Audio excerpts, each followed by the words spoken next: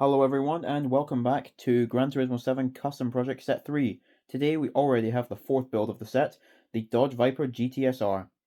This particular car is a Gran Turismo original from the very first Gran Turismo game, acting as kind of a special model for the Dodge dealership, but you had to win it. You couldn't just buy it like a lot of the other special models in GT1.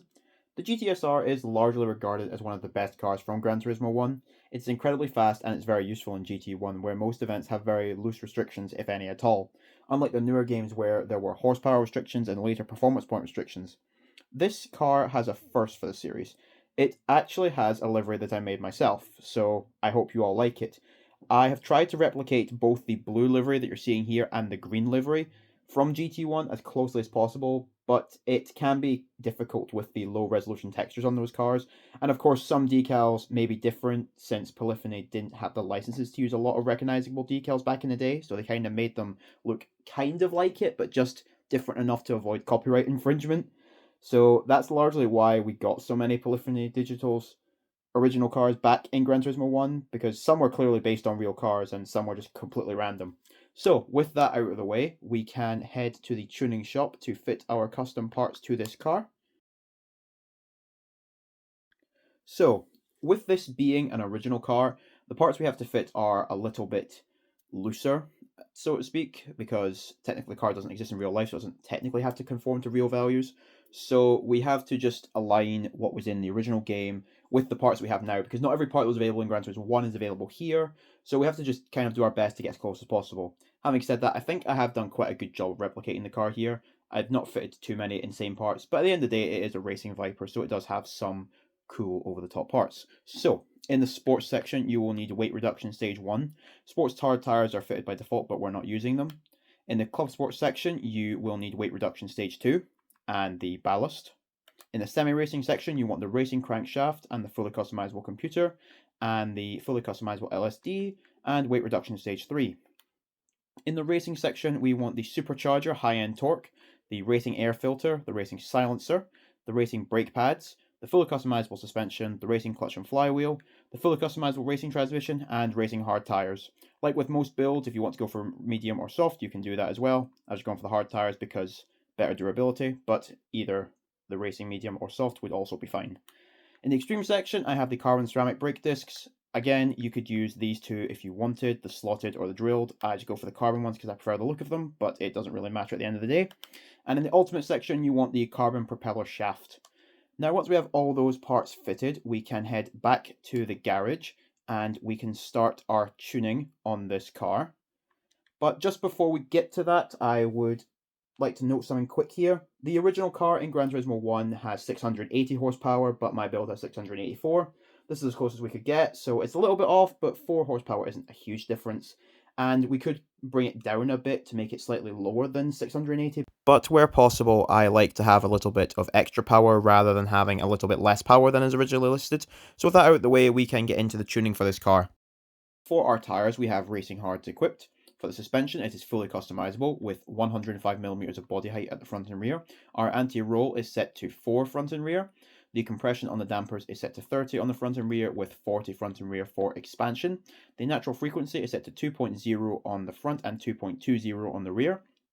Negative camber angle is 2.0 on the front and 1.0 on the rear, and the tow angle is set to 0 both front and rear.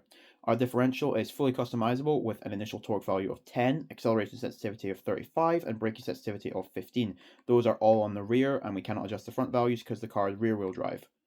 The downforce is set as high as it can go with 200 on the front and 320 on the rear. Our ECU is fully customizable and it's set to 99. That gets us 684 horsepower.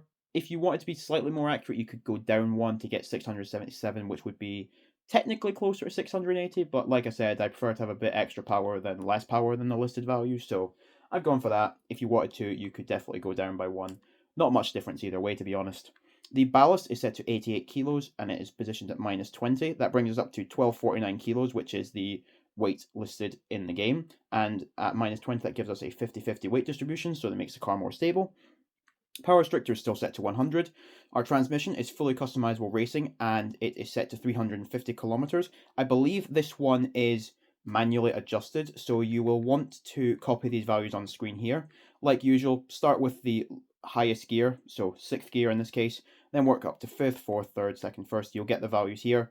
Your first value before the slash will line up with what I have, and then when you have all of these numbers in place, you want to adjust the final gear, and that'll bring your second number after the slash up to what I have on screen here. So I'll just leave that on the screen there for a second, and everyone can pause it, copy that, and that will get you the correct gear ratios for this car. Now, moving on, the nitros is not fitted, but you could if you wanted to. For the supercharger, we have the high-end torque one equipped. For our air cleaner, our silencer, those are both racing. The exhaust manifold is normal. The brake system, we have carbon discs. Again, you could go for either of the other racing discs if you wanted to. The brake pads are the racing discs. The handbrake and brake balance aren't touched. Steering angle is not touched either. Clutch and flywheels racing. Carbon propeller shaft. And then you can see our racing crankshaft here and our 3 weight reduction stages. So, that is all of our tuning done. Now all that's left is to head out to the track and see how this car performs. So, how does this car perform in practice? Well, in short, it feels fantastic. The original car in Gran Turismo 1 is an incredibly fast car, but it can be a bit twitchy and it can definitely be very easy to spin out when going through corners especially. This car doesn't share those same handling issues though. It doesn't do all the work for you. You could definitely still spin out through corners if you're too reckless with your driving, but it does feel a lot better than the original car does in my opinion. This car is a great Le Mans cash grind car with only a small amount of down tuning required to make it useful for career mode, and this build is one of the cheapest ones of the set, not requiring a lot of custom parts, and the base car is pretty affordable. Like I've said before, I really liked cars like this in the older games, and I like bringing them back in some form to the newer games, so I like to include at least one of them in my sets. This one is one of my favourite Polyphony Digital original recreations that I've done thus far, and I hope you all agree. So, that'll do it for this build. Let me know what you thought of it. Let me know what you think of the livery in particular, because this is my first attempt at making my own original livery for a car like this. And let me know what you thought of this original car in Gran Turismo 1 if you ever used it, because I think it was a really great car, but I would like to hear from anyone else who's played that game and see what opinions are on it. So thank you all for watching, stay tuned for the next few builds in the coming days, and have a great day.